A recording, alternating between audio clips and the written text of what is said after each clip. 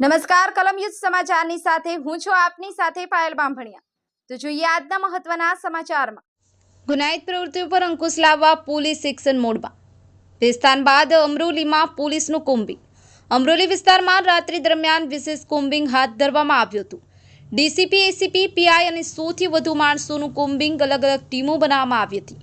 આ ટીમોએ physical violence અને અન્ય ગુનાઓમાં સંકળાયેલા આરોપીઓના ઘરો પર સીધી કાર્યવાહી હાથ ધરી હતી।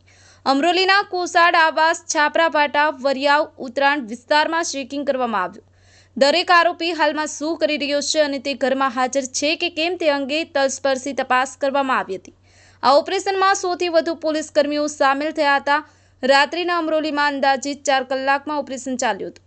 અમરોલી પોલીસે કોમ્બિંગ દરમિયાન 13 હથિયાર, 35 જેટલા ઈસમો, 3 થી વધુ ગુનાઓ કરેલ ઈસમોની અટકાયત કરેલ।